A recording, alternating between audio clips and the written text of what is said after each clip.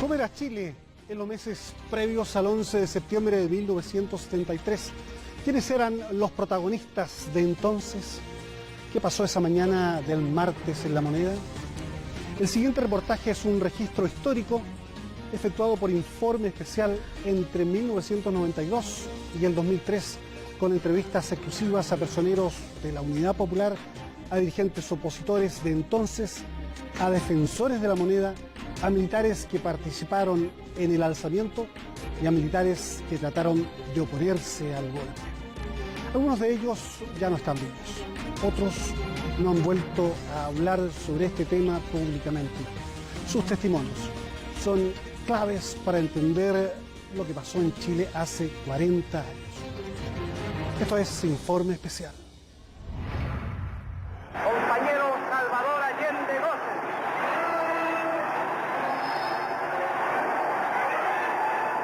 Allende ganó las elecciones de 1970 con un 36% de los votos. Al no haber una mayoría absoluta, el Parlamento debía resolver entre los candidatos Alessandri y Allende en una sesión programada para el 24 de enero de 1971. Luego de acordar un estatuto de garantías constitucionales, la democracia cristiana resolvió votar por Allende. Sectores ultraderechistas, con la complicidad estadounidense, organizaron conspiraciones para impedir el acceso de Allende al poder. Con la idea de generar condiciones para una intervención militar, un comando extremista de derecha pretendió el 22 de enero secuestrar al comandante en jefe del ejército, René Schneider. El general trató de defenderse, pero fue baleado en su auto. El 24 de enero, Allende era designado presidente de la República.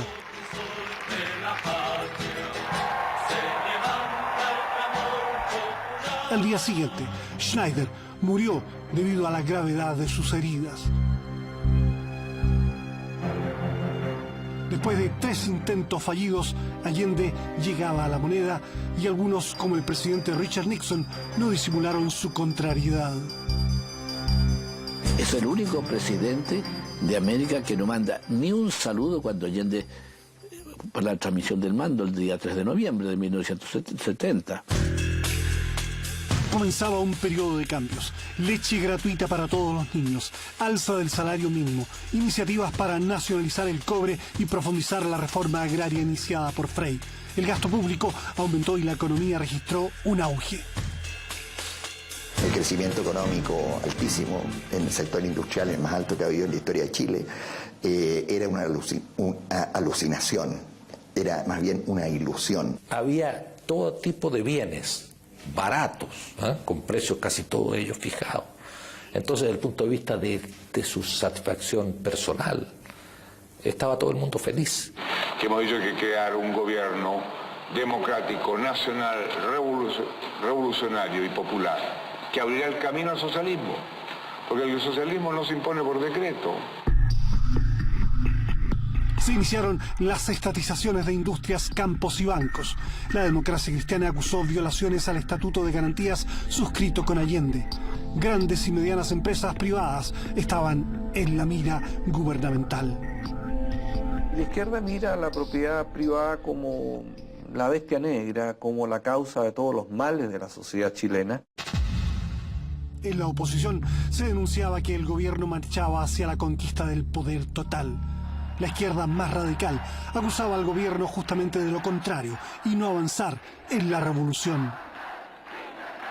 En la Unidad Popular no hay ningún partido hegemónico, pero están presentes 2 partidos de la clase obrera, partidos revolucionarios, partidos marxistas, y por último, compañero, el presidente de la República es un socialista. La exuberancia económica del primer año de la UP dio paso a problemas de abastecimiento. Fue desempolvado un viejo decreto que permitía al gobierno intervenir en presas. La oposición denunció los resquicios legales y los empresarios se prepararon para resistir. Orlando Sáenz fue elegido presidente de la Sociedad de Fomento Fabril. Tenía 35 años cuando le quitaron su maestranza. Y el gobierno, a través de un decreto de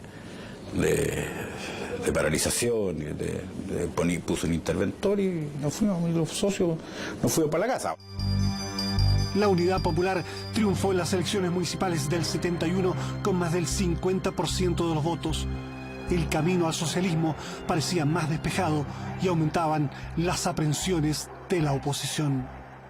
Me sigue pareciendo un grave error del presidente Allende es la frase de marzo del 71, no soy presidente de todos los chilenos, soy presidente de la Unidad Popular. Utilizar un triunfo en la elección municipal para, sobre esa base, avanzar hacia el establecimiento de una dictadura del proletariado. El 8 de julio de 1971, un comando de extrema izquierda asesina al ex vicepresidente de la República, Edmundo Pérez Sujovic, uno de los hombres más cercanos al expresidente Eduardo Frei Montalva y a quien se responsabilizaba de excesos policiales. El exministro iba en el auto con su hija. El tipo se bajó con una ametralladora ya a punto de disparar, se puso al lado de papá y le disparó a escasos centímetros, varias ráfagas de ametralladora, y gritando algo contra él que no me acuerdo exactamente qué era. Denuncio ante el pueblo de mi patria que este odioso crimen representa una deliberada provocación destinada a alterar la marcha institucional de nuestro país. Le planteo al presidente que nosotros no teníamos confianza en el director de investigación. Y lo curioso, que nunca se me ha olvidado, es que antes que el presidente me contestara y antes que el director de investigaciones ahí presente protestara, habló el general Pinochet. Y el general Pinochet dijo que el ejército tenía confianza en el servicio de investigaciones y que era el servicio de investigaciones el que debía realizar esa tarea. Uno de los pocos momentos de unidad nacional se produjo cuando todos los partidos aprobaron la nacionalización de la gran minería del cobre, desatando las iras del mayor enemigo externo de la Unidad Popular, Richard Nixon. Shelley, of course, is interested in obtaining loans from international organizations where we have a vote. And I indicated that wherever we had a vote, where Chile was involved, that unless there were strong considerations on the other side, that we would vote against them. Este país no será base de ningún país, solo base de Chile para los chilenos. Ni base norteamericana ni base soviética. Estados Unidos bloqueó la venta de cobre y la economía chilena tambaleó como había prometido Nixon. La inflación aumentó, las divisas se escasearon y la crisis económica se hizo galopante mientras proseguían las tomas de industrias. Hoy procede a hacerlo en relación con los monopolios textiles privados, que procurará incorporar en forma rápida al área de propiedad social. Se trata de las plantas y empresas que componen el Grupo Yarur, el Grupo Sumar Sociedad Anónima, el Grupo Said, el Grupo Ilma, las empresas Rayonil, Textil Progreso y Oveja Tomé. Mi diagnóstico es que aquí o destruimos este régimen o Chile va a ser una dictadura del proletariado al más puro estilo castrista. Se extendió el desabastecimiento. La gente tenía dinero, pero no había que comprar. Se acusaba al comercio de acaparar productos para aumentar los precios, fomentar el mercado negro y la sensación de caos. Nos empezamos a descapitalizar, porque a nosotros se nos obligaba a vender de acuerdo al precio de factura comprado, al anterior, aunque ya hubiese adquirido el mismo producto a precios nuevos. La polarización política y social aumentó con la visita de Fidel Castro. Se anunció que estaría unos pocos días, pero se quedó 3 semanas. Alguien dijo por ahí que esa visita como el pescado a los 3 días está pasado. Salvador Allende estaba francamente molesto, diría yo, con la prolongación de la visita. Pero a su vez, Él, para decirlo claramente, no se atrevía a decirle a Fidel, mira Fidel, ya hemos cumplido, tú, yo, estamos muy agradecidos, pero hasta luego. Había un propósito fundado, proclamado, sostenido, ¿no?, por la extrema izquierda para llevar a Chile al lado de Cuba, al lado de la Unión Soviética. ¿De quién era amigo Fidel Castro cuando dice que era amigo de los chilenos, amigo de Chile, ¿no? De la derecha no era amigo, obviamente. Del centro no era amigo porque su posición con respecto a Eduardo Frei Montalva era terriblemente negativa. En un discurso público, Fidel Castro hizo una metáfora diciendo que el gobierno de Frei Montalva era como la prostituta del imperialismo. El Partido Comunista era acremente criticado por Fidel Castro, incluso maltrataron a Pablo Neruda. Fidel Castro trabajaba con el MIR. Él era muy temeroso y así lo declaró públicamente en el Estadio Nacional, del fascismo. O sea, él estaba convencido de que iba a venir, digamos, una ofensiva fascista en Chile.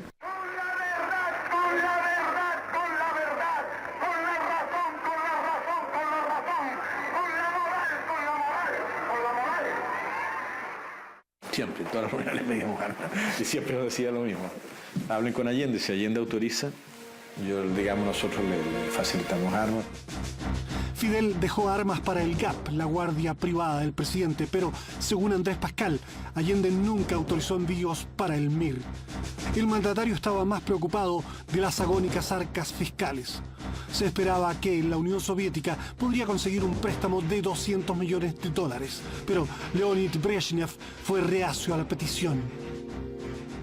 No hay plata, los argumentos eran, se levantó Brezhnev frente a un plano que tenía gigantesco en su oficina en el Kremlin, en Moscú, para decirme, mire, aquí estamos nosotros, acá están ustedes. Cuba ya nos queda más cerca que ustedes. Se habló nuevamente, más reservadamente, y se logró un apoyo, creo que fue de $80 millones. La Unión Soviética, como ya lo he dicho, no prestó ninguna ayuda, ninguna, no poca ayuda al gobierno de la Unidad Popular. Dominado por la oposición, el Parlamento destituye al ministro José Toá, iniciando una escalada de acusaciones constitucionales contra ministros a los que se acusa de incumplimiento de la ley. Aumenta el área de propiedad social y surgen los cordones industriales que agrupan a trabajadores proclives a la unidad popular.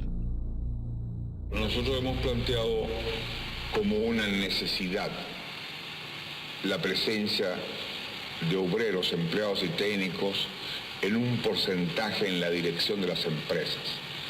Pero eso no implica que esas empresas vayan a ser autónomas y vayan a tener independencia para producir. No, nosotros somos y seremos partidarios de una economía centralizada. Me acuerdo que una vez expropiaron un circo que tenía 14 tipos, una cosa así, no.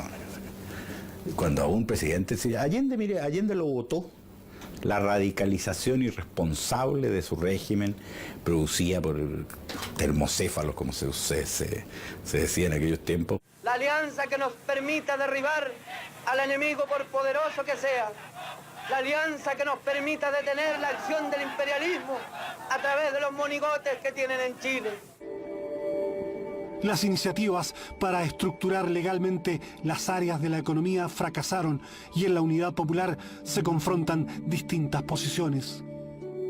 Creo que Salvador Allende cometió un error muy grave cuando, al asumir la presidencia, al asumir la candidatura, se comprometió a gobernar en todo de acuerdo con sus partidos. Yo creo que el que es elegido presidente de la República tiene una responsabilidad personal que no puede quedar subordinada a el asentimiento de todos los demás. El principal sospechoso de intransigencia para la oposición era el senador socialista Carlos Altamirano. Parte de la izquierda lo apoyaba con la proclama "avanzar sin transar". En el Partido Socialista había gente que nos decía a nosotros, cualquier acuerdo entre socialista o gobierno de Allende con la democracia cristiana es traición al programa y traición al pueblo de Chile. Esos son los cuentos absurdos De que yo me oponía, ¿qué se quiere decir? Si se piensan las cosas con una mínima lógica. De que yo influía de tal manera en Allende que yo podía decirle al presidente de Chile, yo no quiero acuerdo. Y el presidente de Chile me decía, como usted mande, señor Carlos Altamirano. Una estupidez. El país está dividido como en los peores momentos de su historia. Muchos recuerdan la Guerra Civil de 1891, en la que murieron más soldados chilenos que en la Guerra del Pacífico. La derecha y la democracia cristiana enfrentan a la OP, pero la política palaciega es desbordada en la calle y en los campos, mientras algunos acopian armas. Los partidos comunista y socialista tenían aparatos militares. El MIR actuaba desde fuera del sistema. El llamado a crear, fortalecer y multiplicar el poder popular, el poder de los comandos comunales, el poder de los obreros y los campesinos. Los revolucionarios y los trabajadores deben de inmediato extender las tomas de fábricas y fundos, multiplicar las tareas de defensa, impulsar el poder popular. No hubo guerrilleros propiamente tal, hubo gente que no llega a los 1500, incluyendo el MIR y el Partido Comunista, que tuvieron alguna preparación de puntería, de armas. La fuerza de choque del Partido Nacional era el comando Rolando Matus. Para ir a hacer la propaganda nuestra, había que llevar un grupo firme para la pelea también, porque siempre salía a pelear. Pero el grupo más violento era Patria y Libertad, liderado por Pablo Rodríguez y definido como laico, antimarxista y popular. Miembros suyos se involucraron en el asesinato del general Schneider. Al principio, cuando se forma Patria y Libertad, incluso ingresa la vertiente nacionalista ultraconservadora Jaime Guzmán, pero posteriormente se produce la crisis inevitable entre el laicismo y el conservadurismo ultracatólico, Opus Dei, y finalmente esto explosiona a mediados del 72 y se retira Jaime Guzmán. Las armas que tuvimos las traje yo personalmente desde Argentina en varios vuelos que hice en mi propio avión. Nosotros movilizamos a los campesinos y ocupamos las tierras, digamos, a puertas cerradas simplemente.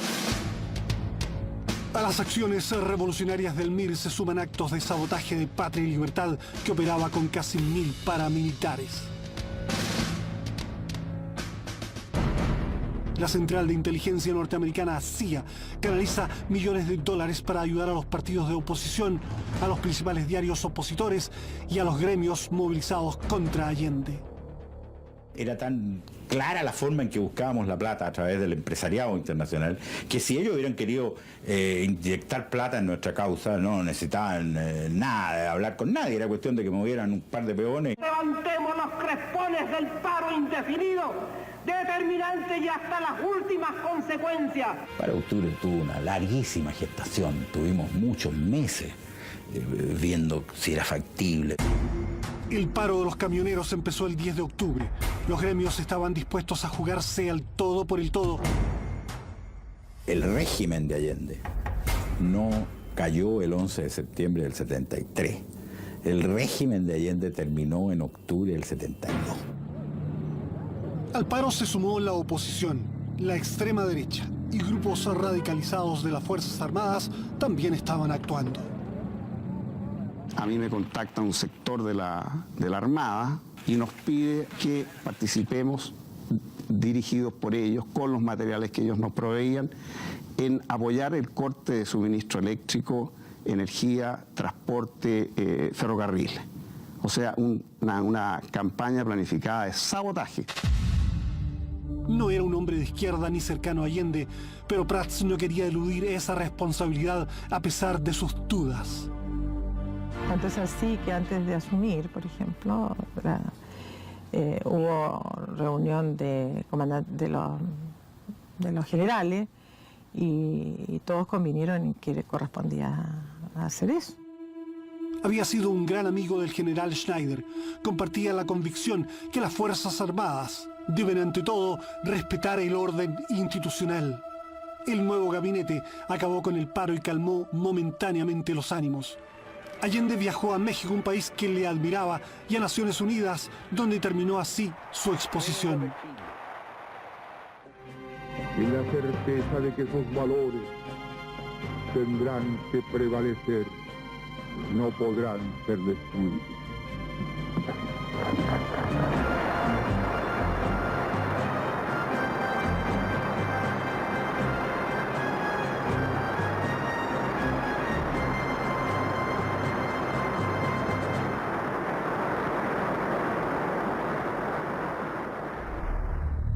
La oposición apoyó el cambio que les daba garantías para las elecciones de marzo, pero algunos oficiales ya pensaban en un cambio mayor y para ello se conectaron con economistas opositores.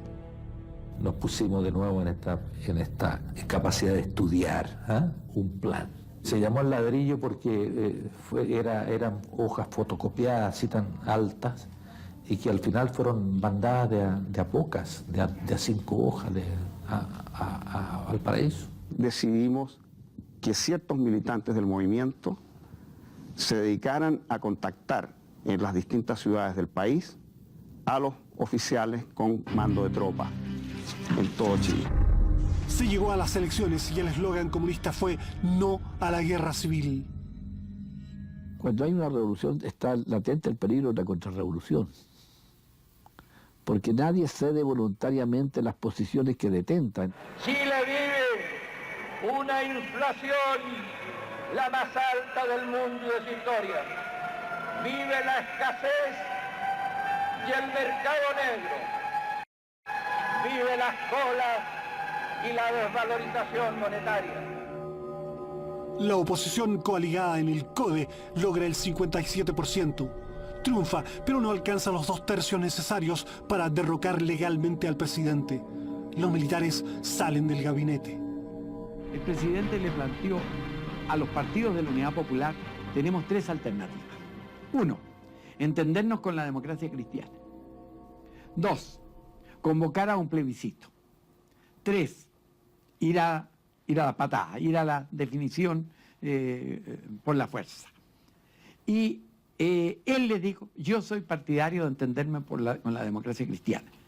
El drama del presidente Allende es que no logró poner de acuerdo a su gente. Si no puede gobernar ninguno de esos dos otros sectores civiles, no quedan más que las Fuerzas Armadas, porque la gente suelta no puede gobernar las naciones. No tuvimos la suficiente realidad. Léase Salvador Allende, Carlos Altamirano, Luis Corbalán, y sigue y continúa la lista de dirigentes que también tenían influencia.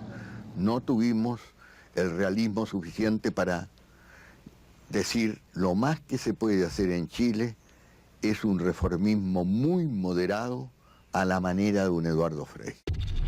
Prolifera el mercado negro y la escasez. Los mineros del teniente van a la huelga y Allende mantiene el optimismo. Nunca lo vi, o sea, Saturno nunca lo vi paralizado. Yo miraba y decía, este caballero, ¿cómo maneja esta situación? ¿Cómo duerme? ¿Cómo funciona? Los contactos míos a nivel capitanes de navío y posteriormente almirantes comenzaron por ahí por marzo, abril del 73 y fueron las primeras veces que yo tuve contactos personales con ellos. Eso ya era definitivamente... Aquí había que iniciar un montaje de un golpe de Estado. El 29 de junio se produce el tanquetazo. Blindados rodean la Moneda y soldados avanzan sobre el viejo palacio. Un oficial dispara a un camarógrafo que registra su propio asesinato a una cuadra de la sede de gobierno.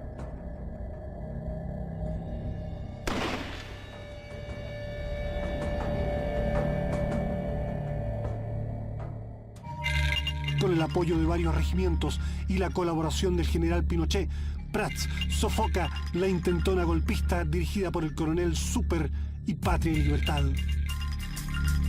Es aplastado entonces por los mandos, las cúpulas militares que estaban en el plan maestro del golpe, el golpe digitado por el gran empresariado de Chile, por Estados Unidos y por la derecha.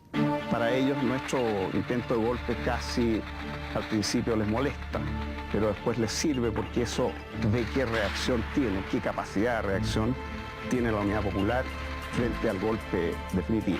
Y se ve entonces que la Unidad Popular no tenía capacidad de respuesta militar ante un golpe de Estado. La Iglesia veía con preocupación la crispación política. Aunque mantuvo respetuosas relaciones con el gobierno marxista, rechazó la propuesta sobre la Escuela Nacional Unificada que afectaba un área católica prioritaria. El progresista cardenal Raúl Silva Enríquez señaló que llegó el momento de desarmar los espíritus y las manos. Allende llamó entonces a dialogar a Patricio Aylwin. Y anuncio que la directiva ha decidido aceptar la invitación del presidente y que yo iré mañana a las 11 de la mañana a hablar con el presidente de la República. Y ahí se produce una gran rechifla. Una gran rechifla. Pero nosotros estábamos preparados. Conocíamos que el ánimo de la gente no estaba para negociaciones. Decía, no, si esto no va para más. Y entonces teníamos apostados a la juventud, a Gute, a Caco Latorre, a Ricardo Almazar, en distintos lugares, y esa gente empieza a aplaudirse. Con entusiasmo, y sí, y al grito, Juventud Chilena adelante, en fin, y tiene que ir presidente. Y entonces yo, insisto, la determinación mía y del partido, de la directiva, es que voy a ir. Yo sentía que había una enorme responsabilidad. Y por eso yo creía que no podíamos dejar de hacerlo. Se produjeron 3, 4 reuniones de dirigentes de la Unidad Popular a las cuales yo no asistí expresamente para que no se dijera que era mi presencia la que obstaculizaba ese acuerdo. Yo proponía que el gobierno promulgara la reforma de las áreas de la economía, que el gobierno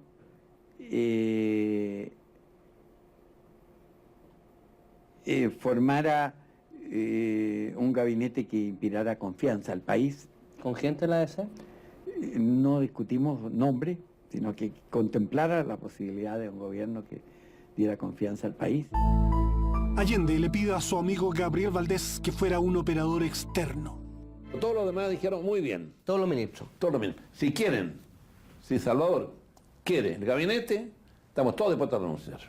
Llama por teléfono, sale Briones, ministro del Interior, y vuelve demudado y se ha matado al comandante.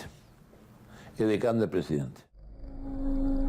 El comandante Arturo Araya fue baleado en la puerta de su casa por extremistas de derecha.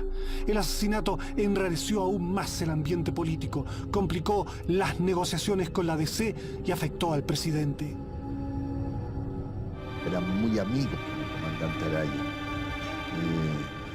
Allende le diría que lloró cuando asesinan al comandante Araya. En agosto, Aylwin da por fracasadas las conversaciones mientras Allende llama nuevamente al gabinete a los militares. El mandatario quiere seguir dialogando y pide al cardenal Silva Enríquez que los invite a él y a Aylwin a comer. La prensa habló de la última cena. Me dijo, hijo, tú que de aquí Dios quiera que algo salga. Quiero que tú estés presente, de modo que no se filtre las conversaciones, que tú tomes del personal de la casa la comida y la sirvas, pero que te sientes con nosotros para que seas testigo de fe. Yo llegué a las 9, pero el presidente Allende llegó a las 11 de la noche. Se disculpó porque estábamos en plena huelga del transporte y él había tenido un desacuerdo con el ministro de Transporte, que era el general Ruiz, y llegó diciendo que traía la renuncia del general Ruiz y la mostró como un signo de victoria. Lo que yo le dije, presidente, no esté contento por esto. No, recuerdo que le dije, no va por ahí la cosa. Porque el retiro del general Ruiz significó que asumía la comandancia en jefe de la Fuerza Aérea, el general Lee, que era mucho más peligroso que el general Ruiz.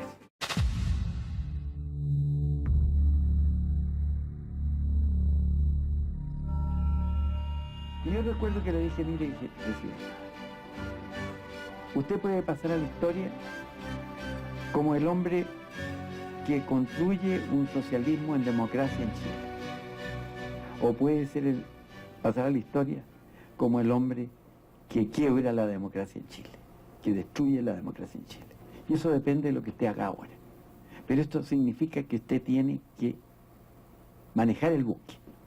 Allende le responde, ¿usted cree que no lo estoy haciendo? Estoy tratando de hacerlo. Hágalo con más fuerza. Y prometo formalmente que vamos a tener una actitud más dura.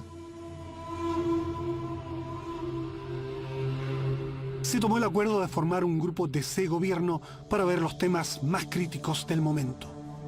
Pero los hechos corrían más rápido. Una semana antes, el nuevo ministro de Defensa, Carlos Prats, nombra a Augusto Pinochet como comandante en jefe subrogante del ejército. A los pocos días, cientos de personas, algunas de ellas esposas de oficiales del ejército, se reúnen frente a la casa de Prats para protestar por su postura de colaboración con el gobierno. Prats les pidió a sus pares que firmaran una carta de rechazo a la protesta y de lealtad a su persona. Pocos lo hicieron. Mi papá ve que efectivamente no contaba con el apoyo de los generales y renuncia. Allende nombra al general Augusto Pinochet como jefe del ejército por ser el hombre de confianza de Prats y a quien ayudó a sofocar el tanquetazo. El diálogo con la DC estaba en punto muerto y la Cámara de Diputados declaró inconstitucional la forma en que estaba gobernando Allende.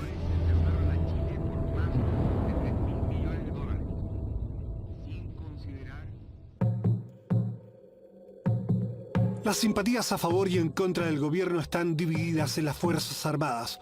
Un creciente sentimiento anti-UP choca con la voluntad de algunos uniformados partidarios del gobierno. Otros mantienen una estudiada reserva de sus opiniones. No hay que meterse mucho, esa es mi experiencia. En el ejército no hay que meterse mucho, pero hay que ser vivo, sí, hay que tener buen olfato. Más del 80% en que categóricamente decían que había que hacer desaparecer el gobierno de la Unidad Popular, completa. Y incluso de que tenía que desaparecer el presidente. Y cuando los militares hablan de neutralizar, de desaparecer, significa eliminar, o sea, matarlo. El complot de la FACH es coordinado por los generales Nicanor Díaz Estrada y Gustavo Lee, quien asumirá el mando de la institución después de la forzada renuncia del general César Ruiz Danjó. Al entonces capitán Jaime Donoso no le cupo dudas que se preparaba un golpe militar cuando, cumpliendo funciones como oficial de ronda, decidió revisar pasada la medianoche la Academia de Guerra, encontrándose con un cabo que le impedía el acceso a una reunión secreta.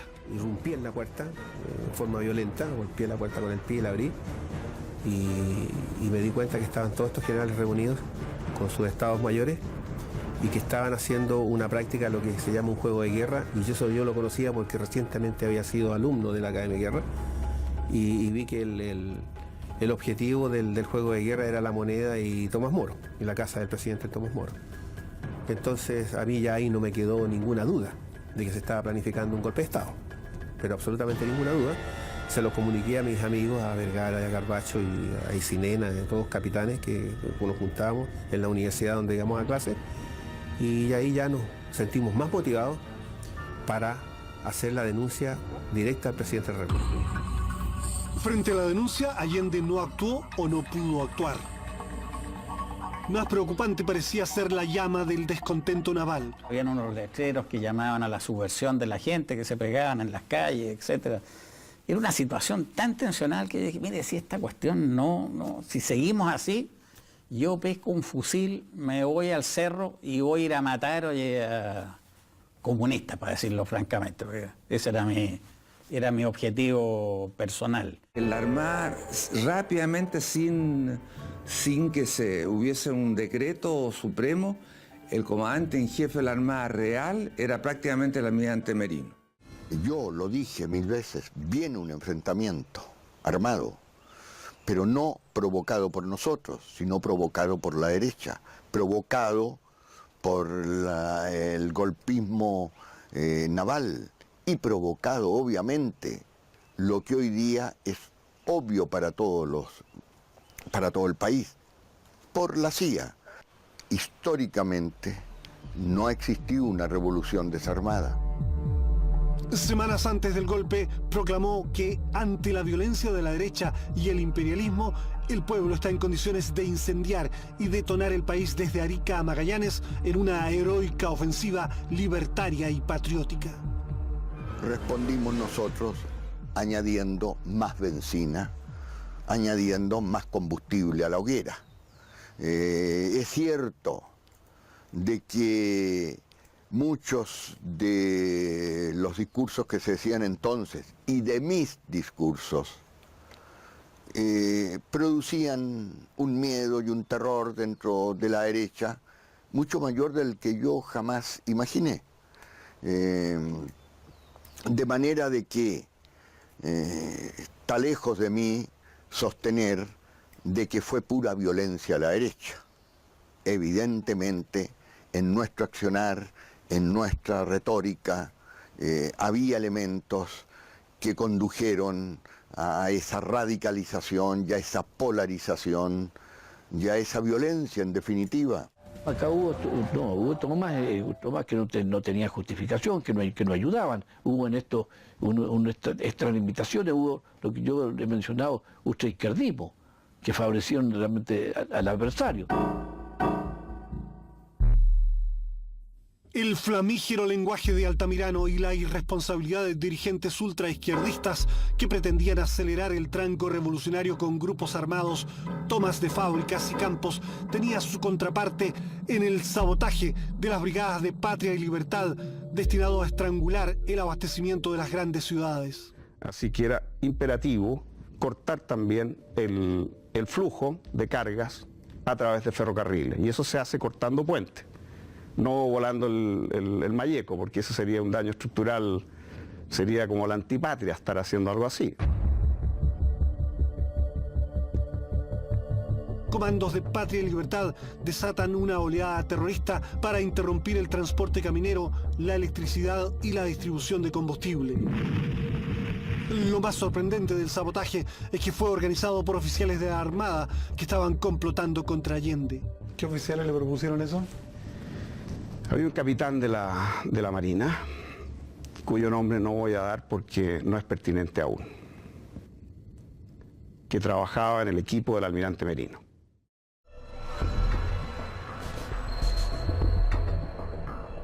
Al comenzar septiembre, el paro de los camioneros atormenta al gobierno y resulta difícil hacerlo fracasar, porque los transportistas son financiados con fondos de la CIA y de empresas extranjeras canalizados por Orlando Sáenz y la Sofofa. La producción industrial y agropecuaria se desploma. La ineficiencia, la politización y la indisciplina laboral causan estragos en las empresas estatizadas. La situación de Chile se torna angustiosa.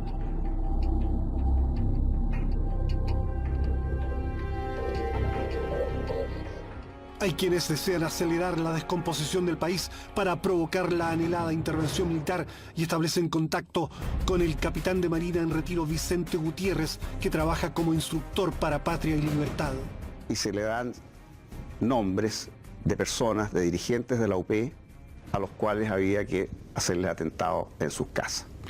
¿Liquidar, por ejemplo, a quiénes?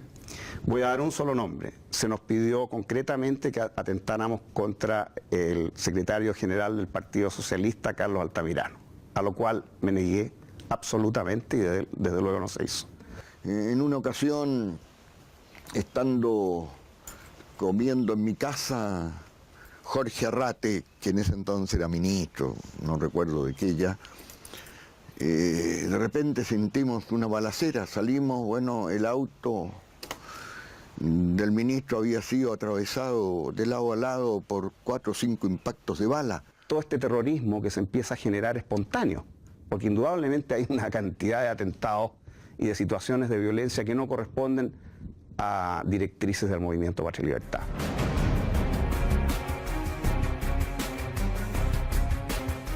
La política se hace en las calles y la intervención militar está en boca de todos.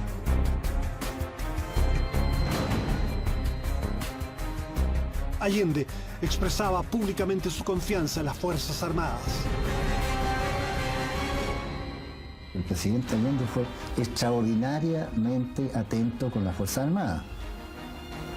Yo le digo que en 3 años, o en casi 3 años, solamente eliminó 2 generales de la Fuerza Aérea.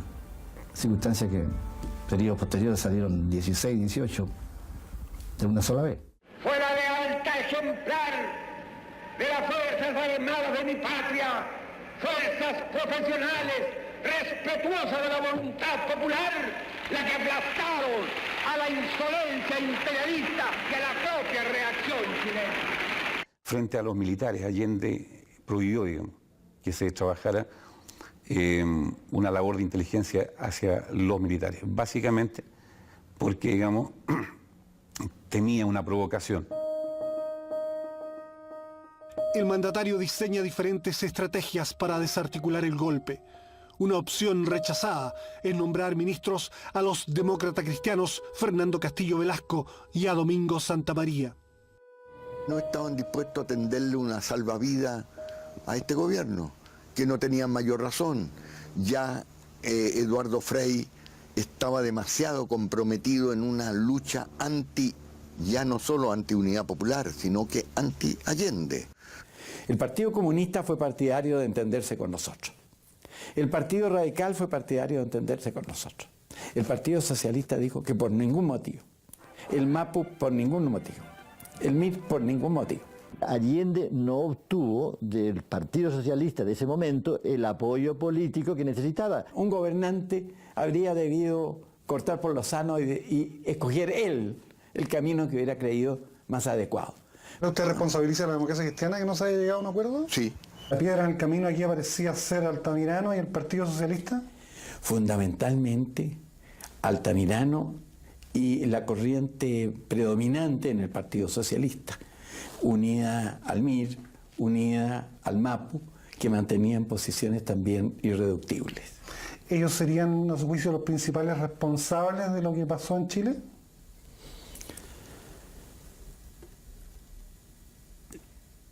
No sé si los principales, pero si por principal se entienden los que tienen mayor cuota de responsabilidad, yo creo que sí. Yo soy el chivo expiatorio. Yo he sido el causante principal del golpe. No hubo asesinatos del comandante en jefe del ejército chileno, René Schneider. No hubo participación de la CIA, no hubo terrorismo de la derecha en que se volaban una vez por semana torres.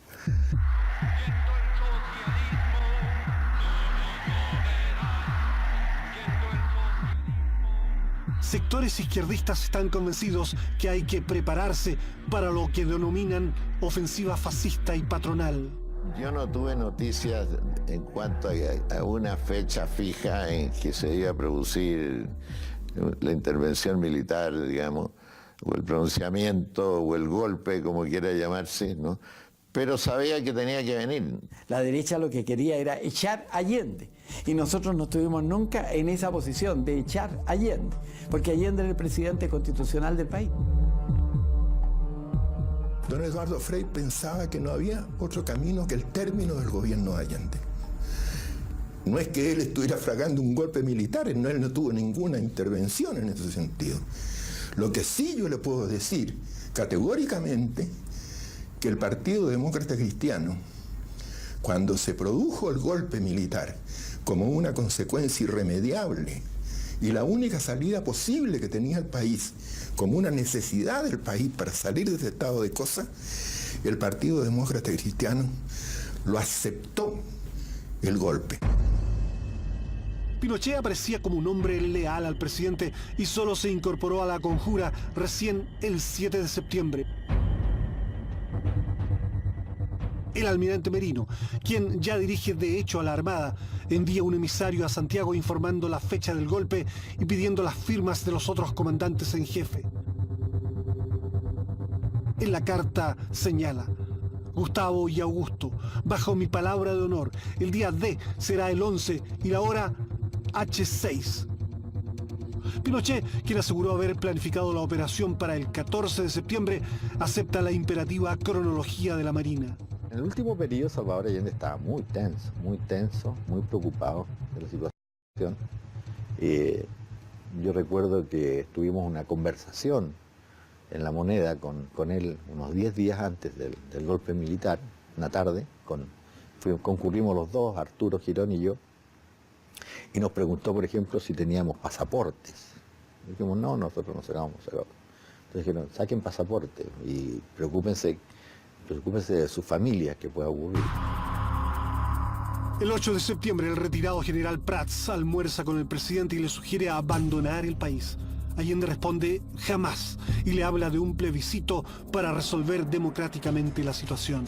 Allende tenía el apoyo incondicional del general Augusto Pinochet Ugarte, del jefe de la Marina, del jefe de la aviación, de otra serie de generales que no quiero ni nombrarlos porque algunos de ellos estuvieron en contra del golpe, otros cambiaron, los Brady, los Urbina, almirante. Bueno, o sea, no era una locura de Allende, un abandono de la realidad de Allende, el estar trabajando ese día 10 en un llamado a plebiscito, cuando ya era claro de que había una movilización importante de las tropas. Casi un centenar de marinos antigolpistas han sido arrestados y la Armada quiere desaforar a Garretón y a Altamirano para procesarlos por sedición. Desafiante, el líder socialista condena en el Teatro Caupolicán los abusos contra los marinos arrestados. Importa más el discurso de Carlos Altamirano de horas antes del golpe de Estado que la participación durante 1000 días de la CIA, del gobierno americano, de Nixon, de Kissinger.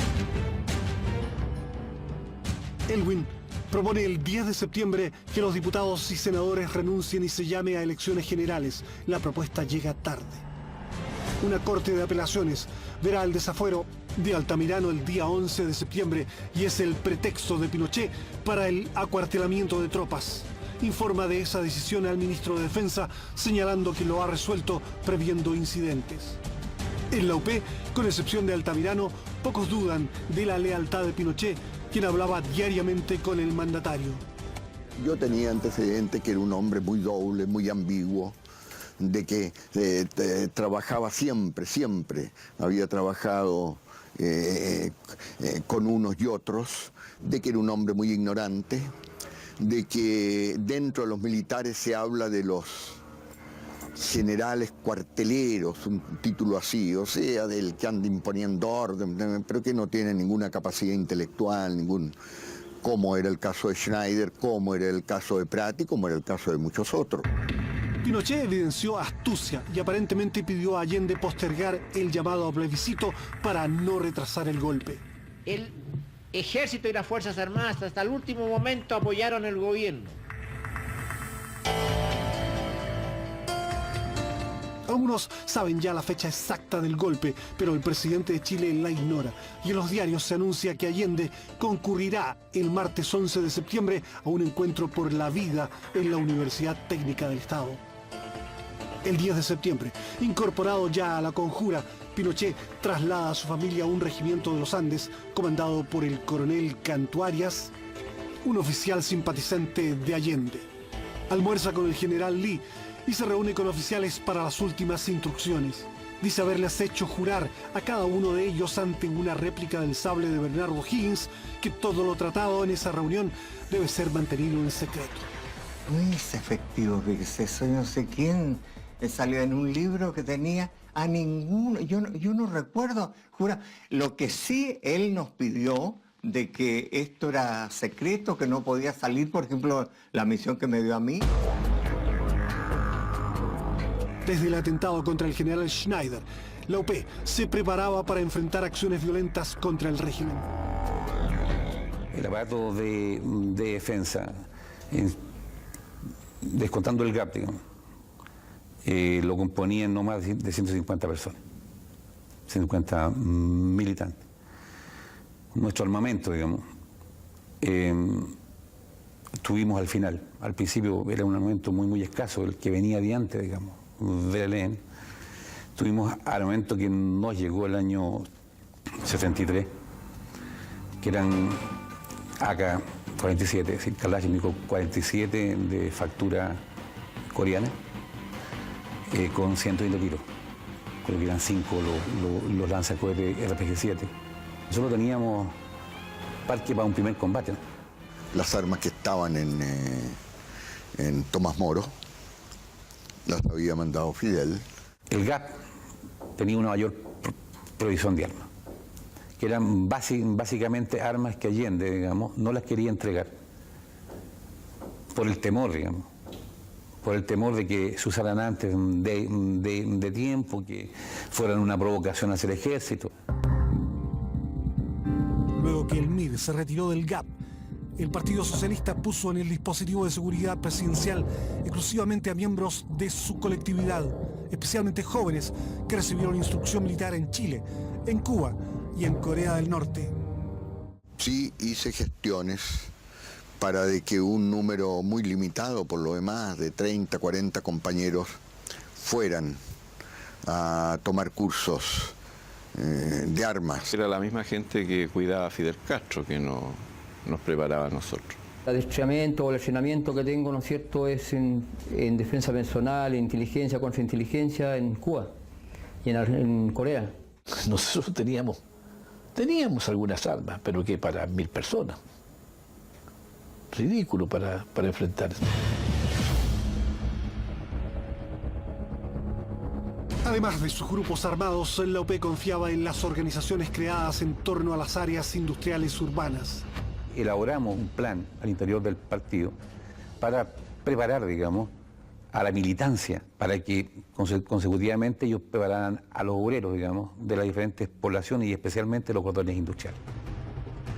Los trabajadores podrían actuar con palos, piedras, cócteles molotov e incluso tanquetas construidas con cargadores frontales. Se tratan de comprar algunas pistolas argentinas, digamos, las Marcati, etc. Armamento popular también se empezó a crear allí porque no teníamos una vía de obtención de armamento con mayor poder.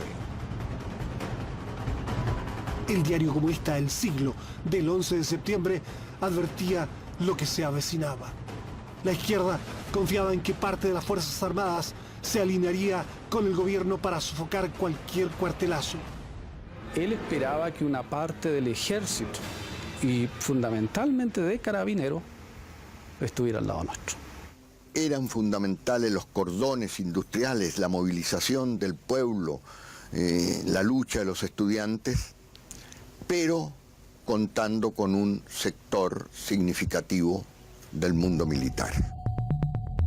El jefe socialista consideraba que en caso de un golpe, Allende no debía refugiarse en La Moneda. Algunos de sus correligionarios estimaban que debía buscar apoyo en las poblaciones y en los cordones industriales. Pero Altamirano pensaba que debía dirigirse a un regimiento leal al gobierno y allí organizar la resistencia a los facciosos.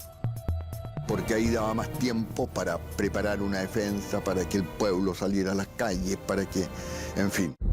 Los socialistas habían diseñado el llamado Plan Santiago, que consultaba anillos concéntricos de defensa en torno a La Moneda.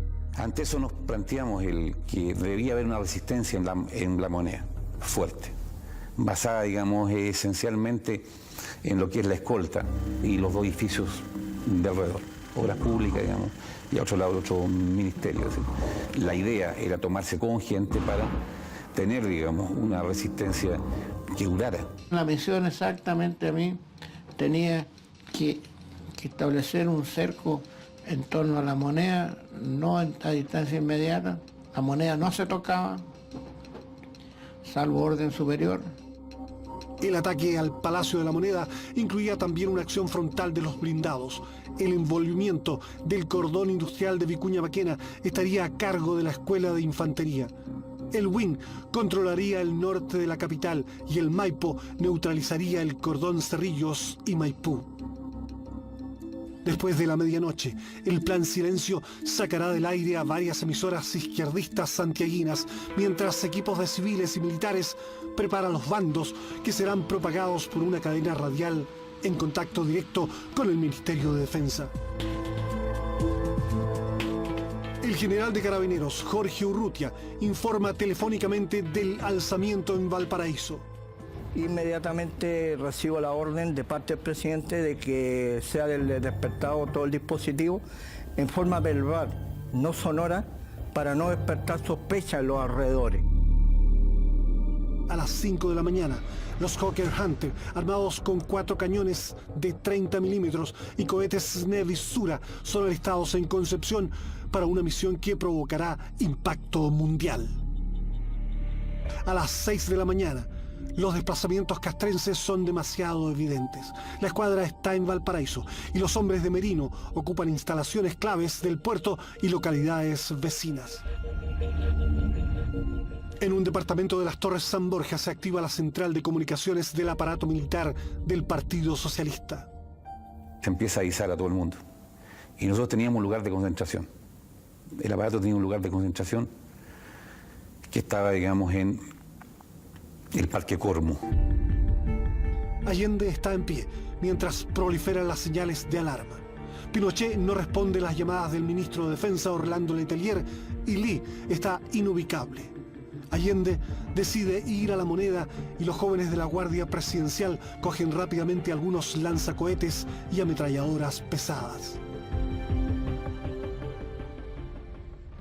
A las 7:30, el ministro Orlando Letelier es detenido por subalternos en el Ministerio de Defensa. A las 7:45, Pinochet llega atrasado al cuartel de Peñalolén para dirigir las operaciones del día. Su ayudante, el coronel Osvaldo Zavala, dice que no está de acuerdo con el golpe, siendo inmediatamente arrestado. Informaciones confirmadas señalan que un sector de la marinería habría aislado Valparaíso y que la ciudad estaría ocupada, lo cual significa un levantamiento en contra del gobierno legítimamente constituido, del gobierno que está amparado por la ley y la voluntad de los ciudadanos. En estas circunstancias, llamo sobre todo a los trabajadores que ocupen sus sitios de trabajo, que concurran a sus fábricas, que mantengan calma y serenidad.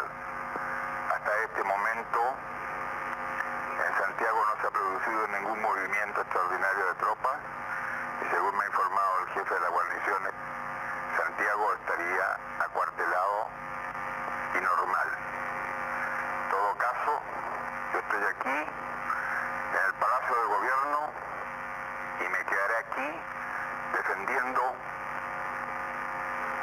el gobierno que represento por la voluntad del pueblo.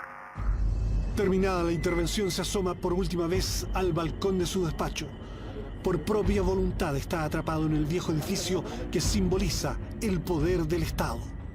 Lo acompañan sus asesores, los guardaespaldas del GAP, 6 mujeres, entre ellas 2 periodistas, 17 detectives, un equipo de 8 médicos leales y la Guardia de Carabineros reforzada por tanquetas del Grupo Móvil.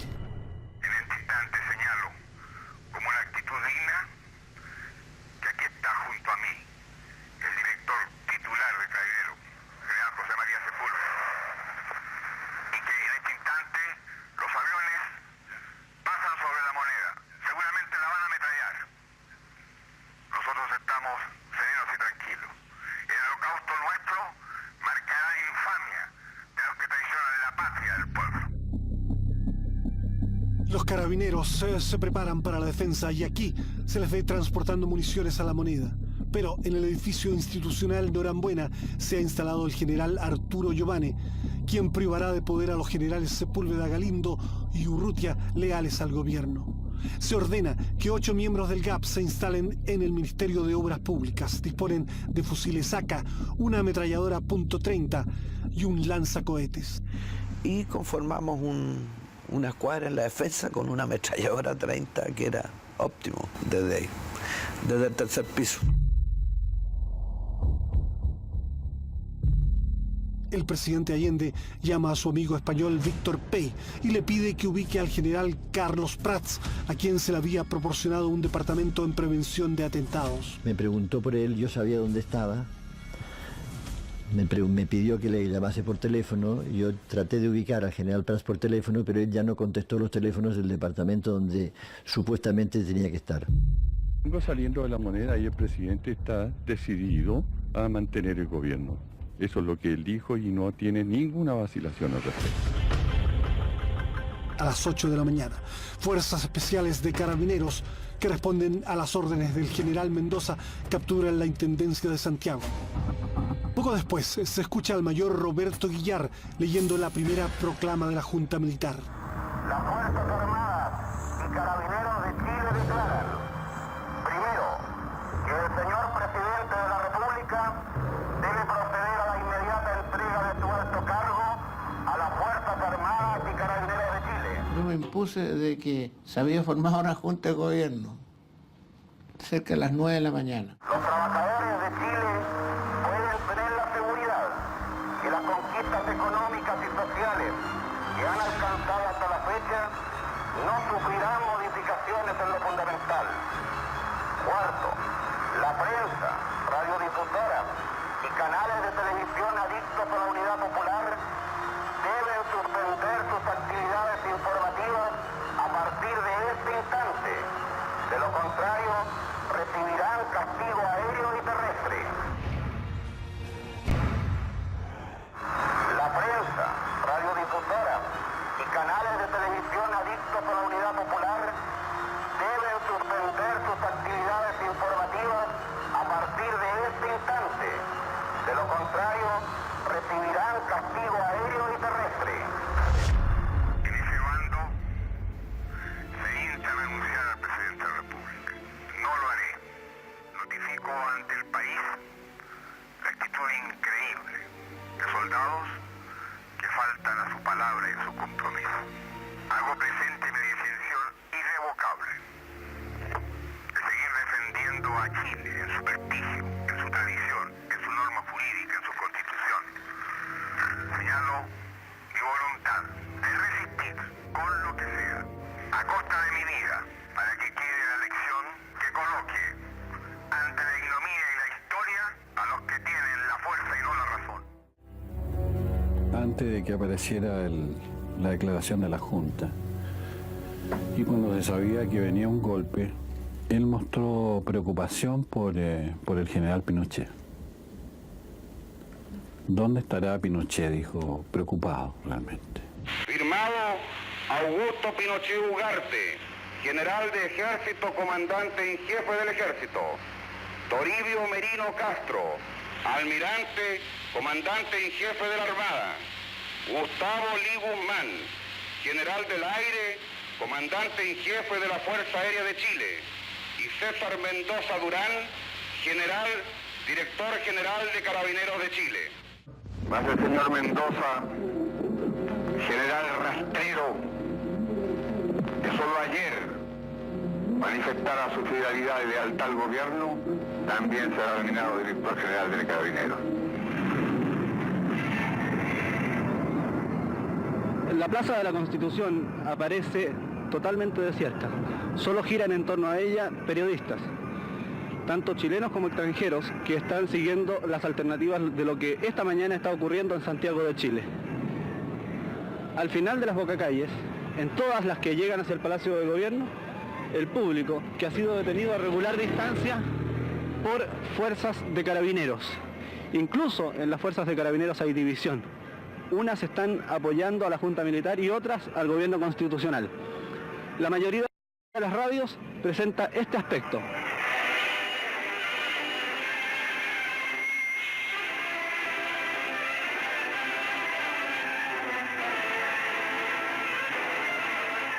bandas militares interpretando himnos en los cuales cada ciertos minutos se inserta la proclama inicial de los oficiales de las 3 ramas de las Fuerzas Armadas y Carabineros que encabezan el movimiento iniciado esta mañana, 11 de septiembre, en Santiago de Chile.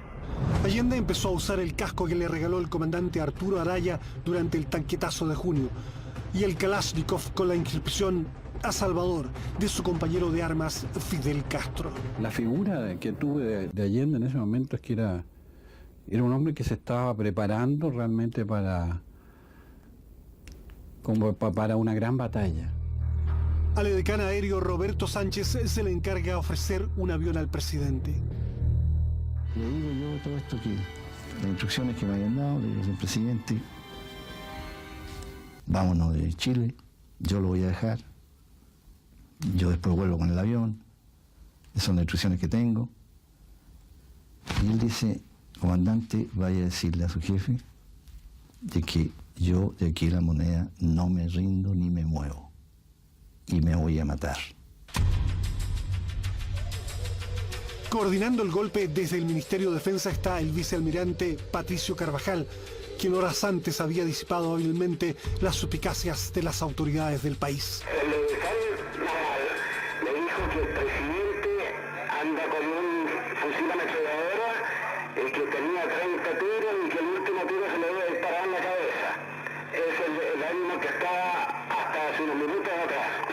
Esas son novelas, nomás te puedo no se dispara ni una pastilla de goma.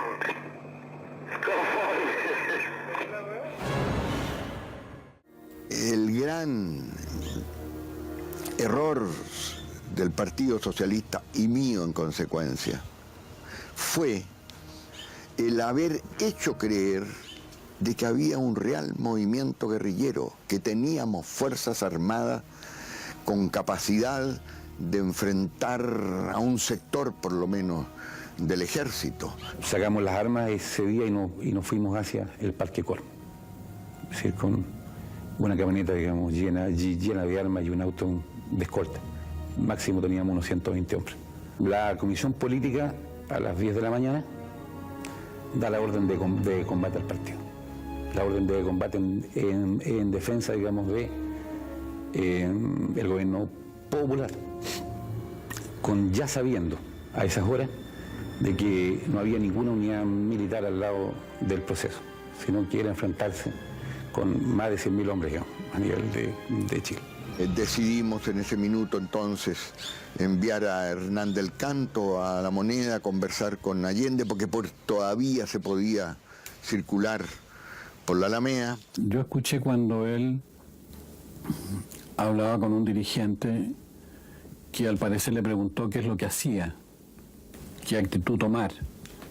Entonces el presidente le dijo, yo no sé lo que van a hacer ustedes, hagan lo que han predicado con tanto entusiasmo.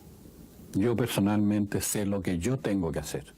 El Palacio de la Moneda deberá ser evacuado antes de las 11 horas. De lo contrario, será atacado por la Fuerza Aérea de Chile. Los trabajadores deberán permanecer en sus sitios de trabajo, quedándoles terminantemente prohibido abandonarlos. En caso de que así lo hicieren, serán atacados por fuerzas de tierra y aire. En La Moneda se vive una vorágine de rumores. La defensa se redujo a cuestiones espontáneas después de repartirnos los sectores y ponernos en las ventanas y todo para un eventual asalto. Ubicar las ametralladoras grandes en la sala de consejo apuntando a la puerta principal. Pero todo así, como se llama ahora, artesanal. Tenemos que resistir y tenemos que quedarnos aquí mientras llegue la ayuda, mientras lleguen, no sé, por los obreros, la gente. Nunca pensamos que estábamos solos. Había surgido una hipótesis de que Allende podría haber salido a través del Ministerio de Obras Públicas y por ahí evadir el bombardeo. Pero Allende esa idea la rechazó tajantemente. Él dijo que el lugar de los presidentes era La Moneda y él se quedaba ahí. Yo tuve una conversación donde se planteaba golpearlo, que eso sacarlo aturdido, esa es la verdad. Entonces desechó porque, qué sé yo, si se le pasaba la mano, pasaba cualquier cosa. El pueblo y los trabajadores fundamentalmente deben estar movilizados activamente, pero en sus sitios de trabajo, escuchando el llamado que puede hacerles y las instrucciones que le dé el compañero presidente de la República. A las 9:30 de la mañana, el vicealmirante Carvajal ofrece nuevamente a Allende un avión para que salga del país. El mandatario se niega a renunciar, califica de traidores de mierda a los jefes militares y afirma que un presidente chileno no se rinde. Yo hablé personalmente con él, le intimé rendición en nombre de los comandantes en jefe y contestó con una serie de garabatos nomás. O sea, hay que decir que a las 11 cuando lleguen los primeros pericos, ahí hay que lo que va a pasar. A las 11 en punto se bombardea. Evacúe la moneda, va a ser más fácil asaltarla. Una vez bombardeada, asaltamos con el WIN y con la infantería. Hay que decirle a él. Esta será seguramente la última oportunidad en que me pueda dirigir a ustedes. La Fuerza Aérea ha bombardeado las torres de Radio Portales y Radio Corporación. Seguramente Radio Magallanes será callada y el mital tranquilo de mi voz no llegará a ustedes, no importa. Lo seguirán oyendo. Siempre estaré junto a ustedes. Por lo menos mi recuerdo tendrá un hombre digno que fue leal a la lealtad. Colocado en un tránsito histórico, pagaré con mi vida la lealtad del pueblo. Y les digo que tengo la certeza que la semilla que entregáramos a la conciencia digna de miles y miles de chilenos no podrá ser cegada definitivamente. Tienen la fuerza, podrán avasallarnos, pero no se detienen los procesos sociales, ni con el crimen, ni con la fuerza. La historia es nuestra y la hacen los pueblos. Trabajadores de mi patria, el capital foráneo, el imperialismo, unido a la reacción, creó el clima para que las Fuerzas Armadas rompieran su tradición, la que le enseñara Schneider y que reafirmara el comandante Araya. Víctimas del mismo sector social que hoy estará en sus casas esperando con mano ajena reconquistar el poder para seguir defendiendo sus granjerías y sus privilegios. Me dirijo al hombre de Chile, al obrero, al campesino, al intelectual, aquellos que serán perseguidos, porque en nuestro país el fascismo ya estuvo hace muchas horas presente en los atentados terroristas, volando los puentes, cortando la línea férrea, destruyendo los oleoductos y los gasoductos, frente al silencio de los que tenían la obligación de proteger. Estaban comprometidos. La historia los juzgará. Trabajadores de mi patria, tengo fe en Chile y su destino. Superará otros hombres este momento gris y amargo donde la traición pretende imponer. Sigan ustedes sabiendo que mucho más temprano que tarde, de nuevo abrirán las grandes alamedas por donde pase el hombre libre para construir una sociedad mejor. ¡Viva Chile! ¡Viva el pueblo! ¡Vivan los trabajadores! Allende pide a sus asesores y a aquellos que no sepan disparar que abandonen la moneda. De una manera poética y casi surrealista les dice: el que tenga un campo por sembrar y el que tenga un hijo por nacer, que se vaya. Les pide a las mujeres que abandonen. Les dice que él no quiere héroes y que se quede en la moneda aquel que pueda defenderse. La mayor parte de los médicos estaban agrupados en una piececita chica que había en el primer piso. Y yo fui a decirle, porque el que quisiera se podía retirar. Ninguno quiso hacerlo, realmente. El Palacio de la Moneda deberá ser evacuado antes de las 11 horas. De lo contrario, será atacado por la Fuerza Aérea de Chile aéreos y fuerzas terrestres. A carabineros que se encuentran en La Moneda se les pide que abandonen de inmediato. La Guardia Carabineros se retiró y el presidente los habría autorizado, diciéndoles sí que dejaran las armas. No podemos nosotros aceptar plazas ni parlamentos, que significa diálogo, significa debilidad. Todo ese montón de jetones que hay ahí, el señor Torá, el otro señor Almeida, todos estos mugrientos que estaban echando a perder el país, viene a pescarlos presos y el avión que tienes dispuesto tú arriba y sin ropa con lo que tienen para afuera. José Toá, ¿quién le dice que esperen un momento para convencer al presidente? Negativo. 5 para las 10 de la mañana. Y aparecen frente al Palacio de Gobierno fuerzas blindadas.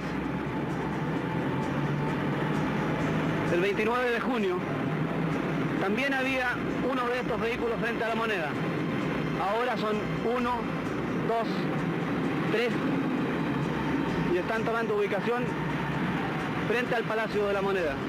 Sus ametralladoras apuntan en dirección al palacio.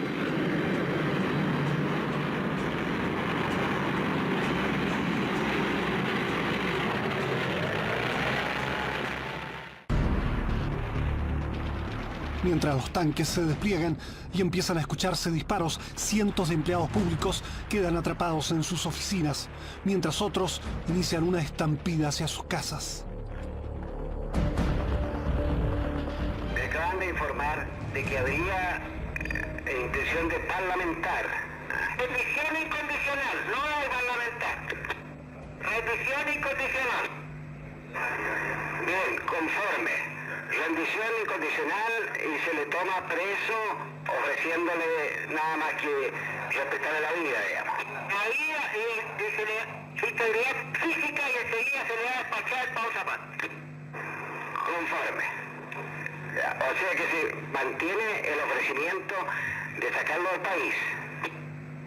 Se mantiene el ofrecimiento de sacarlo del país. Pero la vida se cae cuando vaya a volar. Conforme. Conforme. Hay carabineros y soldados, y a medida que se acerca la hora ultimátum que las Fuerzas Armadas han dado al presidente de la República, en el centro de la ciudad se escuchan más y más detonaciones de armas de fuego, de gran poder de fuego. ¿Y se sabe algo ya desde La Moneda? No, absolutamente nada, porque ya en esto hace cosa de 5 minutos dejó de transmitir la última radio de la Marcita que estaba en este momento en funciones, que era la radio Magallanes.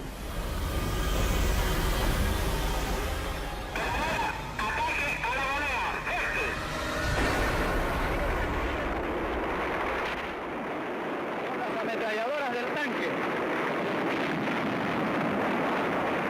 Chico, ven. Ven aquí.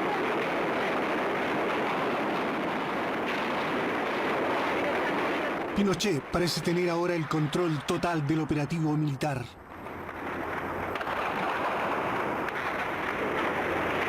Va a aplicar la ley marcial a cada persona que se le sorprenda con armas o explosivos.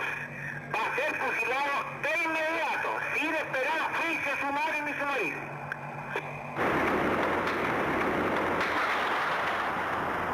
Las ametralladoras de los tanques barren las viejas y gruesas paredes de La Moneda, mientras los defensores, dirigidos por el propio presidente, responden el fuego.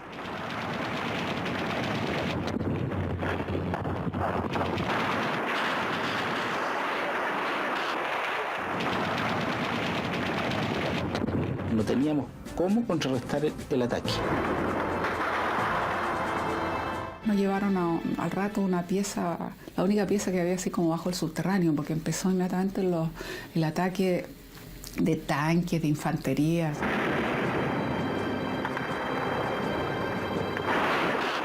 Había una resistencia efectiva ahí en el Ministerio de Obras Públicas y por lo menos había una ametralladora ahí que disparaba y que provocó muchos problemas. Cuando nosotros terminábamos de disparar, nos cambiábamos inmediatamente de piso o de ventana. Y eso que creo que significó que los militares creían que ahí había pero cualquier cantidad de gente. Están disparando contra esta habitación. Dale, Martínez. Habitación 1321 del Hotel Carrera. Trabajábamos con el colega uruguayo, Luis Oneto. Las fuerzas militares, al ver las cámaras de televisión, dispararon también contra este departamento. Hay impactos en el techo. Somos 4 periodistas los que estamos en el interior del departamento, nadie está herido.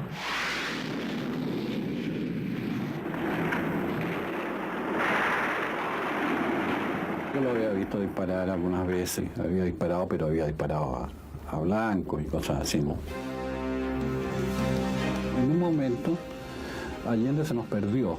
Entonces me pidieron que fuera a buscarlo porque estaba en la secretaría y daba hacia Moneda, ¿no? Me fui arrastrando hasta la secretaría y Allende estaba disparando, ¿no? Con su metralleta, estaba disparando hacia la calle Moneda. Lo pesqué de los pies y lo atraje hacia mí para sacarlo de esa situación, porque me habían pedido que lo llevara donde estábamos el resto, ¿no? Y Allende en ese momento se da vuelta y primero me echó un garabato, ¿no? Me dijo, déjame, concha tu madre, ¿no? Pero después se dio cuenta que era yo quien estaba ahí. Y me dijo, eres tú, Gironcito. ¿Ves? Me dijo que la cosa era más seria de lo que tú creías.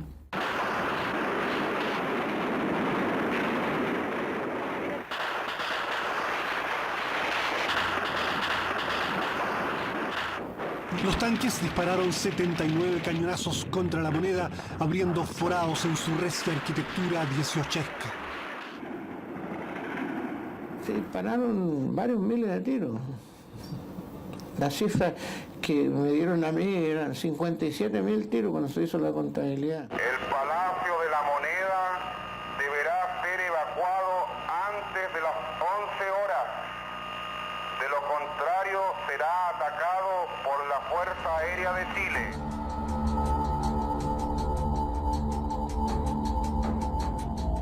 El general Lee ha resuelto bombardear la Moneda para acabar con la resistencia y los cazabombarderos vuelven a despegar desde Concepción. Y la segunda operación fue batir la Moneda y la residencia de Tomás Moro, que se negaban a rendirse y hacían nutrido fuego de armamento liviano y pesado que estaba causando muchas bajas. Allende pide una tregua para que salgan las mujeres, entre las cuales están sus hijas Isabel y Beatriz, más conocidas como Tati. El presidente de la República, alrededor de 20 para las 11 de la mañana, me llamó para pedir una prórroga en el ataque para hacer salir a las mujeres que habían en la Moneda. Y hasta ese último minuto me dijo, Verónica, tienes la obligación de salvarte, tienes que contar lo que ha sucedido hoy acá. Después de rogarnos, explicarnos, al final dijo, yo les exijo, dijo, tienen que irse. Y ahí fue Beatriz, mi hermana, la primera que reaccionó, dijo, bueno. General Díaz, aquí General Díaz, cambio. Mi general, en este momento sale del ministerio un jeep a la Moneda a retirar 6 mujeres. Será cuestión de 3 minutos para que aguante el ataque, cambio. Déjense de labores dilatorias y de mujeres y de jeep, yo voy a atacar de inmediato, cambio y terminado. ¿Cómo fue? Esperen un momento de la Moneda porque van a salir las mujeres, ahí gente. Cuando salimos era un silencio, pero un silencio impresionante. Y lo que se veía era, por supuesto, militares que se alejaban, carabineros que se estaban alejando y corrían. Pero los aviones todavía no pueden atacar porque deben reabastecerse de combustible. Yo no partí porque yo había decidido quedarme hasta el final al lado del presidente. Después en el patio me abrazó y supo y me dijo que sabía que yo me las arreglaría de alguna manera para desobedecerle.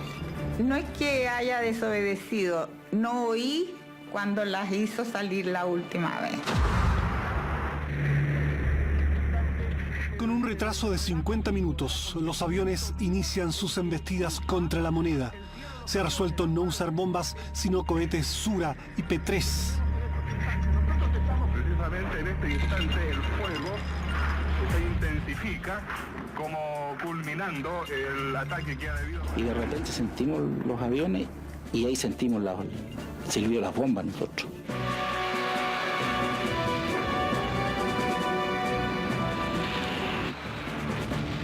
Con la .30 yo traté de tirarle mucho, pero no, era imposible porque cuando venía el avión, cuando venía a la altura de La Moneda, el avión ya iba en picada hacia arriba. Una gran llamarada, y después una vibración extrema, digamos, que se rompían vidrios y cosas.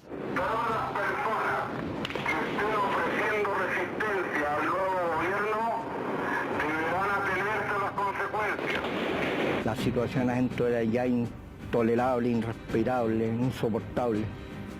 O sea, solamente el instinto de conservación te permitía, digamos, buscar la alternativa para poder seguir respirando. Una de las cosas más terribles para mí fue ver cuando empezó a incendiarse la bandera.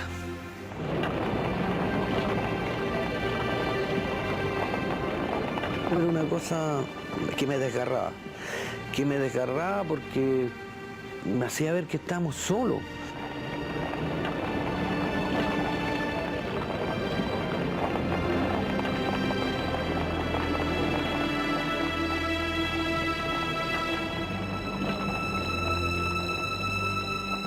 La bandera se quemó completamente. El pabellón nacional que ondeaba en lo alto del Palacio de Gobierno de Chile, del Palacio de Gobierno de Santiago, fue consumida por las llamas. La Moneda, por lo que podemos apreciar de aquí, todavía no se rinde, a pesar de todo el daño que se ha causado en su interior. Incluso hay vehículos que están ardiendo frente al Palacio de Gobierno. Son por lo menos 3 que pertenecen a la policía y 2 particulares. El fuego continúa en forma insistente en contra del Palacio de Gobierno. Hace pocos minutos, la Junta de Gobierno anunció a través de la radio que la residencia presidencial de Tomás Moro, en el sector alto de la ciudad, también, al igual que el Palacio de Gobierno, fue bombardeada por aparatos de la Fuerza Aérea de Chile, que participa también en el movimiento. Pasado esto, se reanuda nuevamente el combate, porque eso lo único que hizo fue quemar el palacio, pero la zona en la que nosotros estábamos no. Por lo tanto, subimos, me acuerdo, al segundo piso y seguimos. Los impactos mayores se divisan desde esta posición, a la derecha de la puerta principal, en las oficinas que normalmente ocupaba el ministro del Interior, Carlos Briones, y el subsecretario Daniel Vergara. En el tercer piso funcionaban habitualmente oficinas administrativas y la capilla del palacio. El despacho presidencial está hacia la izquierda de la puerta principal, donde se alcanzan a apreciar algunos impactos de armas de grueso calibre. La Moneda arde y los socialistas finalmente adoptan una decisión.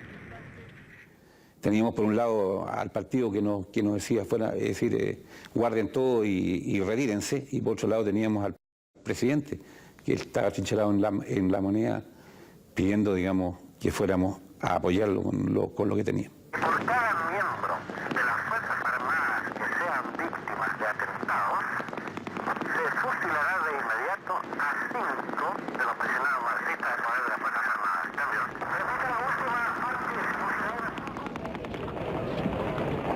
El PC dijo que se retiraba, que ellos no combatían, porque no tenían capacidad y por tanto iban, digamos, a retirarse para hacer la resistencia futura. En La Moneda cunde la sensación de que todo está perdido. Nadie auxilia desde el exterior al cercado mandatario.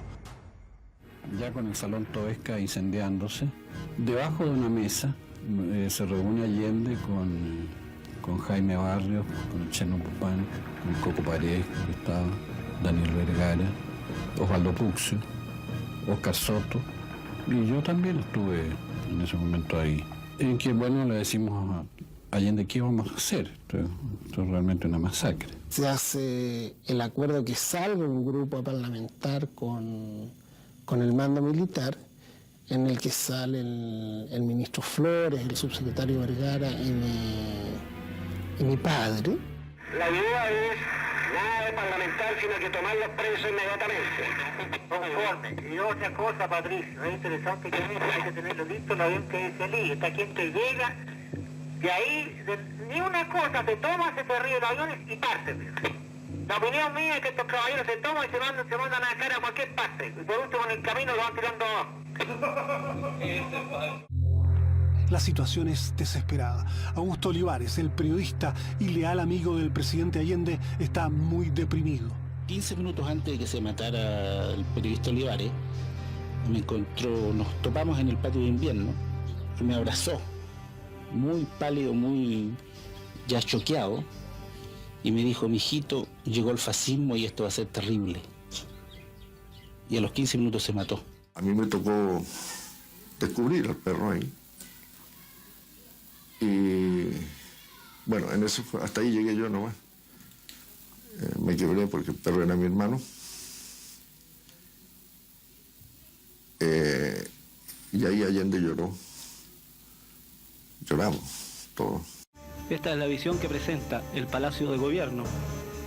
Exactamente 3 horas después que se inició el movimiento de tropas dispuesto por la Junta Militar.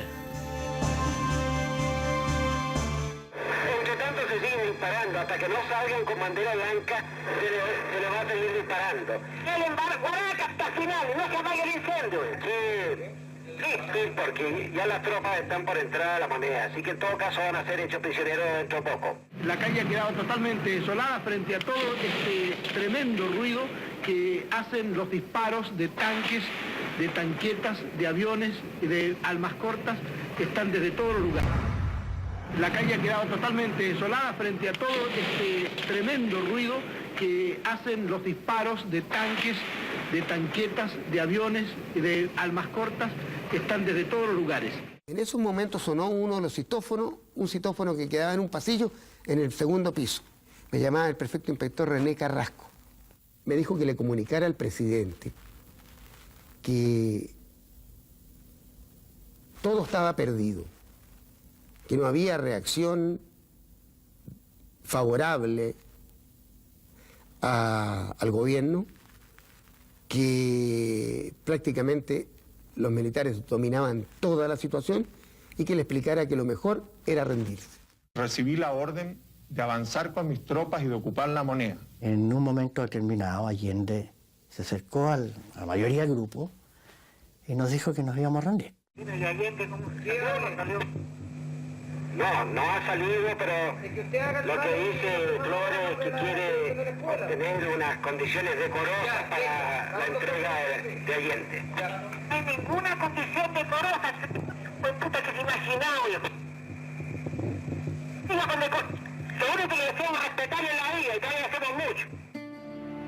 Tenía sus decisiones de no caer preso tomadas con anticipación. Lo iban a denigrar, lo iban a vejar personalmente. Allende era una persona muy orgullosa él era muy sensible a las cosas, y eso no lo iba a tolerar. Yo creo que eso lo había definido bastante tiempo antes. Y Allende dice, bueno, nos rendimos. Una bandera blanca, dice. Un colega encontró un palo de escoba con la cual se hizo una bandera de rendición con el delantal que yo me saqué. Yo boto mi arma y trato de bajar hacia la puerta de Morandé 80 y sacar un delantal con un palo quemado, sacar una bandera blanca. Abro la puerta, recibe varios impactos y yo pienso entre mí, no seré yo el que se va a rendir primero. Yo quiero por lo menos salir vivo, así que voy a salir al final. Los jóvenes del GAP siguen disparando desde obras públicas y solo dejan de hacerlo cuando observan salir una fila de personas desde el palacio. Aparecen violentamente una serie de compañeros nuestros que son sacados a patadas, a culatazos. Medio que los paran, los ponen contra la pared y empiezan a rastrillar el arma para matarlos ahí. Ahí nosotros les disparamos a esa gente. Nosotros estábamos ahí, frente los tenemos de espalda. Disparamos todos altos porque estaban nuestros compañeros ahí.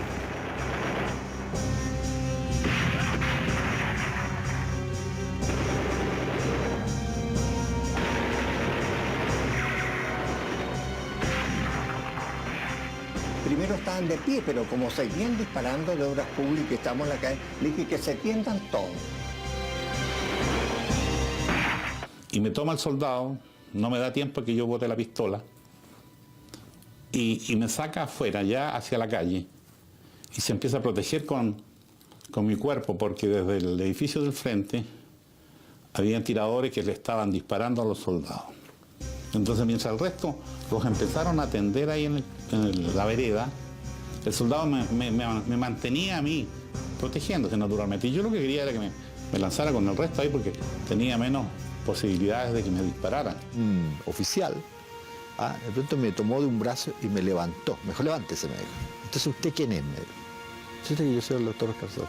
Entonces, el doctor me dijo, suba a la segunda planta y dígale al presidente, con estas palabras, de que tienen 10 minutos para rendirse.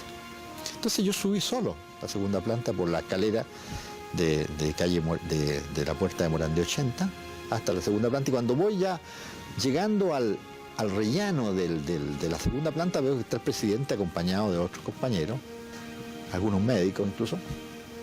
Entonces cuando me va a aparecer me dice, doctor, ¿qué pasa? Así, directamente a la distancia de 5 metros. Yo soy el presidente, los militares han tomado ya la primera planta y dan 10 minutos para rendirse. Entonces ahí yo cuando lo escucho decir, bajen en fila, uno tras otro, yo bajaré el último. Me devuelvo en contra de la corriente de los últimos que iban saliendo a buscar mi maletín. Y ya prácticamente no quedaba casi nada en el pasadizo, y como estaba totalmente oscuro, fui viendo ahí y no lo encontré, sencillamente. Ya no lo encontré, pero de repente vi una puerta abierta. Yo siento, no sé, 2 o 3 disparos, no los puedo precisar, pero más de uno y menos de una ráfaga.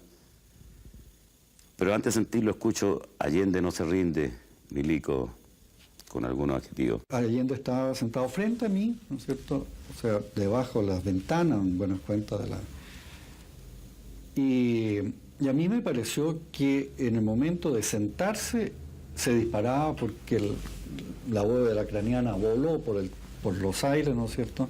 Señor presidente Allende, después de disparar su metralleta sobre nuestras tropas, hago presente que hay un general herido, que un oficial le salvó la vida porque se colocó delante. El general Palacios penetra con sus fuerzas en La Moneda, donde encuentra la solitaria resistencia de un CAP que aparentemente no había recibido la orden de rendición. Y era igual que en la esa guerra, sí, porque nosotros abríamos una puerta, un suboficial se tendía y sin saber si había nadie teníamos que disparar, porque así nos disparaban. Entonces imagínense, este gallo ha descubierto, nosotros éramos más los que venían conmigo, le metieron 4 o 5 alas ahí, quedó botado. Pesqué la metralleta que tenía Allende entre las piernas y la dejé al lado, sin preocuparme de impresiones digitales, ninguna cosa de nada, porque yo dije, capaz que si me ven tan cerca de la metralleta, vayan a pensar que yo la voy a agarrar y le voy a disparar. Así que la pesqué y la dejé al lado. Y me quedé sentado ahí. El general Palacios informa lacónicamente a sus superiores. Misión cumplida, Moneda tomada, presidente muerto. Allende committed suicide and is dead now. Díganme si entienden. Entendido, digo perfectamente, cambio. Palacios deja en libertad a todos los médicos de Allende, excepto a los doctores Gijón, Bartolín y Girón, quien se desempeñaba como ministro de Salud. Un bombero fue el que me identificó como exministro de Salud. 25 para las 4 de la tarde.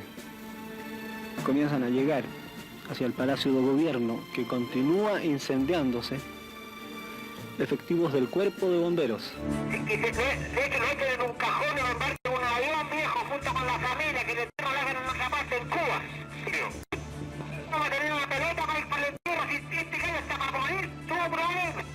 Conforme, la información se va a mantener reservada entonces. Mientras el doctor Gijón permanece junto al cadáver del mandatario, las 49 personas que se han rendido, incluyendo a detectives y miembros del GAP, permanece en la calle con las manos en la nuca. Los tenían a todos tendidos, cuando de repente un tanque que estaba frente a la Galería Antonio Vara, de la escotilla de arriba, un militar comienza a pedirle permiso al general. Le dice: permiso, mi general, para pasarle el tanque en la cabeza a estos marxistas tales por cuales. Y veo que el tanque sube de su oruga, o sea, de la calle hacia la vereda, y se comienza a ir encima de nosotros. Cuando iba unos 3, 4 metros antes del primero de la fila, gente del Ministerio de Obras Públicas que había quedado, ¿no es cierto?, a las 8 de la mañana dentro del ministerio, comienza a gritar.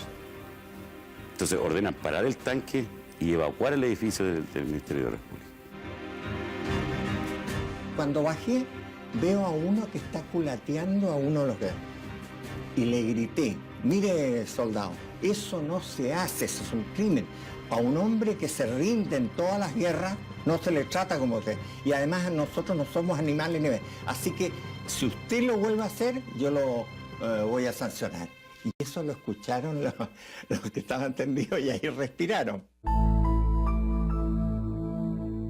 Nidia Contreras, la secretaria de Allende, conocida como La Payita, trae en sus manos la declaración de la independencia que le confió Allende.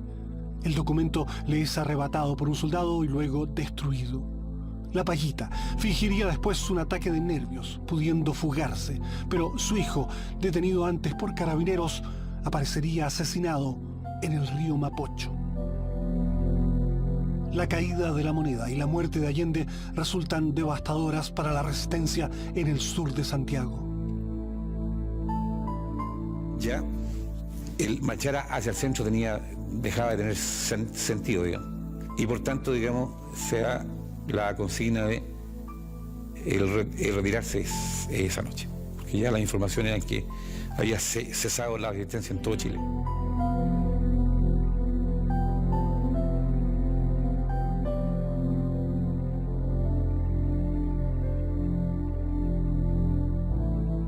Colocado en un tránsito histórico, pagaré con mi vida la lealtad del pueblo.